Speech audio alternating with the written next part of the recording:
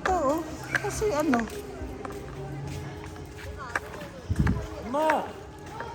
애들 데리고 와봐.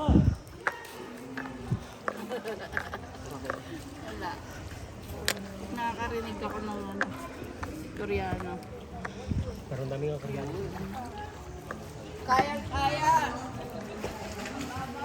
Next, di ba nanood kami ng fireworks? oh, Stay lang din kami sa tambayan. 빨리 와, 빨리. ano yung tawag doon? Sa mga residential doon. Edi, Mura lang din. mas mura. Oh, doon tayo kumuha.